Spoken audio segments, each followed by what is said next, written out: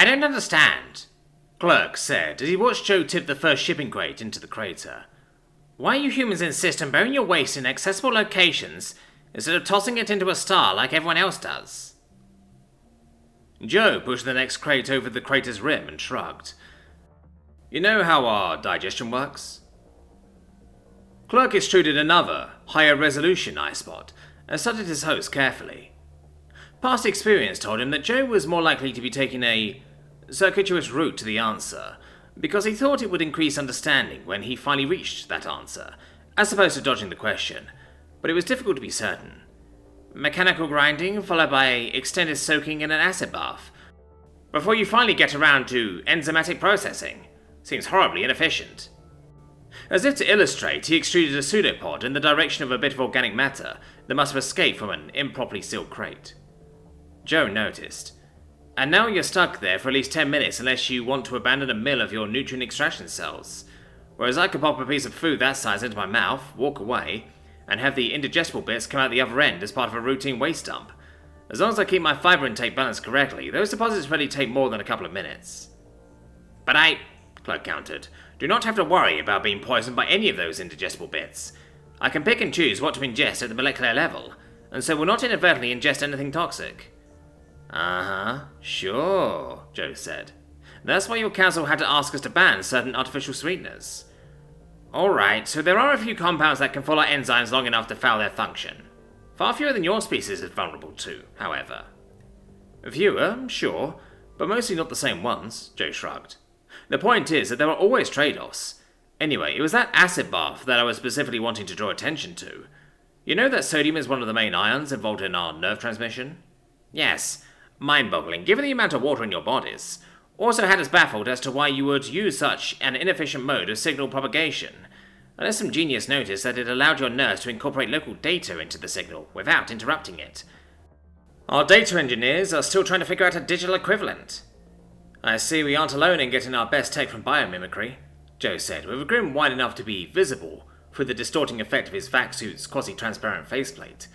Anyhow, as you implied knowing, pure sodium reacts explosively with water. Chlorine is toxic to us, and, if I'm not mistaken, to your species as well.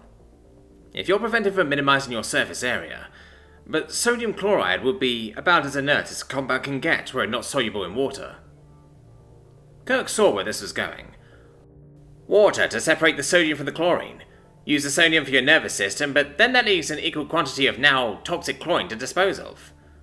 Or put to work. Hydrochloric acid is almost too potent for our purposes, but that's solved by diluting it somewhat. Water, partially. And mucous secretions that protect the stomach lining. So, what would be an inefficient digestive process is rendered efficient by the fact that it's simultaneously solving a hazmat disposal problem, Kirk concluded. Joe shook his head. I still don't see what's so inefficient about our digestion. Mechanical grinding to maximize surface area during the remainder of the process, acid bath to denature any enzymes that might try to eat us back, then proceed with onboard enzymic digestion that allows us to literally eat and run. Except that your bodies have to shut down digestion in order to use your muscles at full capacity, Kirk pointed out.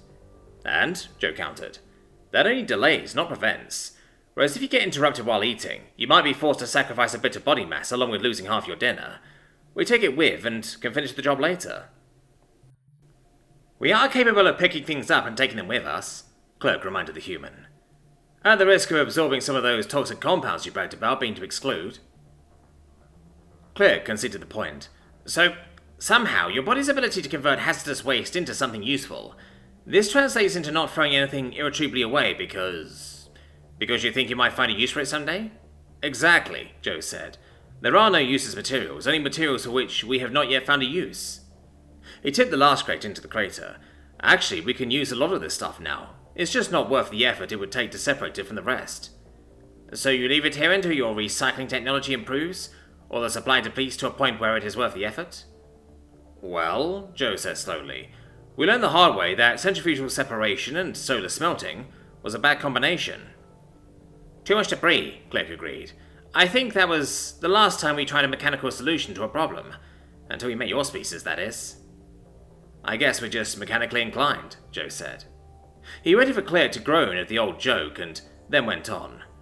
Gravitational separation, on the other hand, works just fine, provided the asteroid you're melting is large enough. So we pick an asteroid that's a bit below that threshold, keep tossing our trash here until it's over it, then tip it into a close solar elliptical orbit.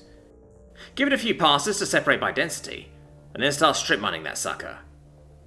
I really don't see how you can consider a mining process that slow to be efficient, Clerk objected. It's the old time versus energy trade-off. If you're planning for the long haul, slow doesn't matter. Take enough time and you spend more energy running the traffic control simulations than you do adjusting the orbit. Clerk shudders. Your computers.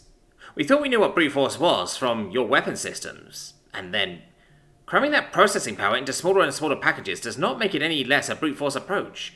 You still think it's all about the flops. We know that certain problems are digitally insoluble without quantum computing, Joe objected. Clerk extruded a dozen more eyes just so he could roll them all. Trying all solutions simultaneously instead of a select subset, that's more brute force, not less. As they walked back to Joe's garbage truck, the argument remained at full boil.